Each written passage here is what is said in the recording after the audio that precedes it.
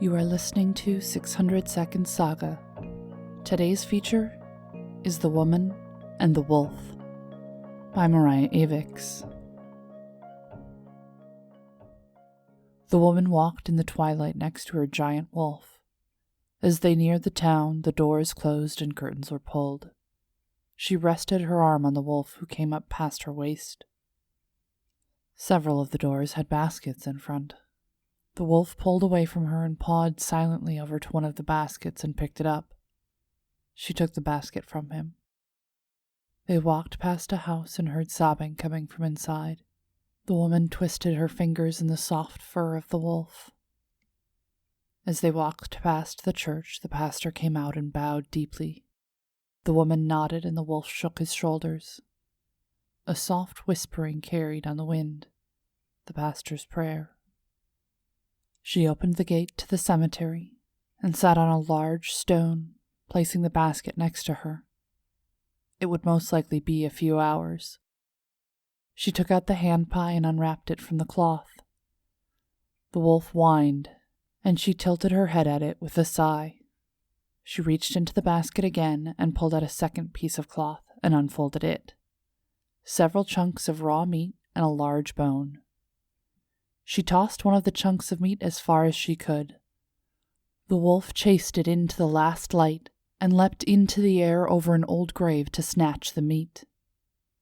It trotted back and repeated the game for the last chunks of meat. Then the woman wrapped the bone up and ate the hand pie.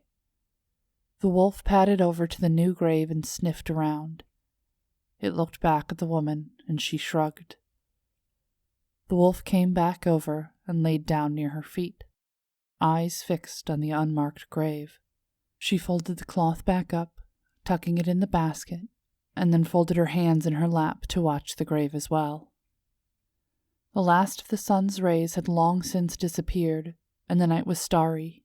No moon was out. Both the wolf and the woman had adjusted to see in the very low light. Long past the middle of the night, but before the sun was on the rise, both woman and wolf tensed.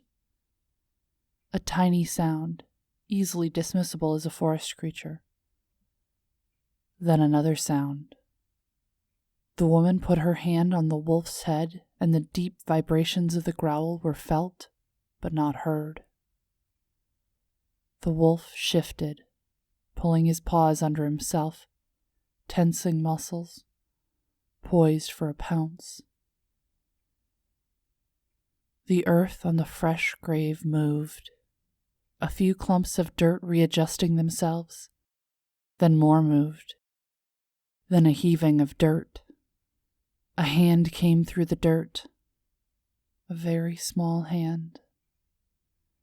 The woman and the wolf both bared their teeth. The wolf sniffed the air, ears twitching. Its tail swung once, hitting the woman's leg. An arm pulled out of the dirt, a hand shoving dirt out of the way. A child's arm. The woman sighed very softly. The wolf's tail flicked her leg again. A second arm came out of the grave, and a head. The child finally pushed nearly halfway out of the grave. A man's strangled cry came from behind the woman. She raised her hand. The noise quieted to soft sobs.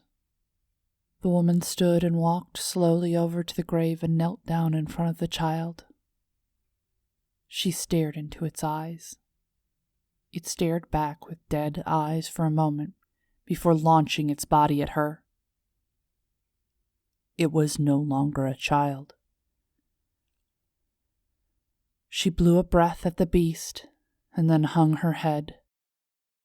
The woman lifted 2 fingers and the wolf charged forward. The man roared. The woman stood and turned away from the wolf as it bit down. She faced the man who was lumbering forward. The tears on his face glistened in the starlight. She put her hand out on his chest. His deep, ache resonated in his anguished cries. He swung at her, the fist landing on her shoulder. He swung again, all his energy going into his sobs. She moved to the side and he flailed at the air. The wolf's howl filled the air, and the man dropped to his knees, his own howl joining the wolf's. The woman gave him a small cloth and walked to the stone. She picked up a shovel resting behind it. She walked over to the grave, her eyes glazing over and pointing the wolf toward the man. The wolf padded over softly and nuzzled up against the man. The woman redug the grave slowly, replacing the child's body inside. Once again a child, no longer a monster. The sun was slowly starting to re-illuminate the graveyard. She covered the body with dirt and stood to look for the wolf. The wolf and the man were sitting together, silently watching her, tears having run out. The woman put the shovel back and picked the basket up, digging the bone out for the wolf. She placed a hand on the man's hunched shoulders and paused for a long moment. The woman and the wolf walked out of the graveyard and past the church. The pastor was again in front, bowing deeply. When he stood, the woman looked back to the man still on his knees. The pastor bowed his head and the woman walked on. She stopped to return the basket and to collect others. Pausing at the door where the woman had been sobbing earlier, she raised her hand and placed her palm on the door, lowering her head, and then continued on. Her small home had a large bed.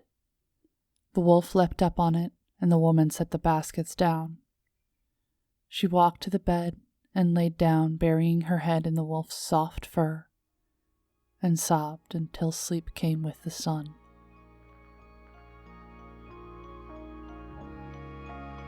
This was The Woman and the Wolf by Mariah Avix. Mariah writes magical tales of how technology will change our world and technologically laced tales of magic that probably isn't real. She is currently working on a series of novellas about shapeshifters who fight wildfires, a trilogy about a woman who refuses to admit that she has the M word, magic, and endless flash fiction. Her novel, Dangerous Metal, is now available in audiobook and ebook. Music is provided by Mads. Learn more about 600 Second Saga, our authors, how to submit your flash fiction, and how to support the podcast in the show notes. This has been Mariah Avix and 600 Second Saga.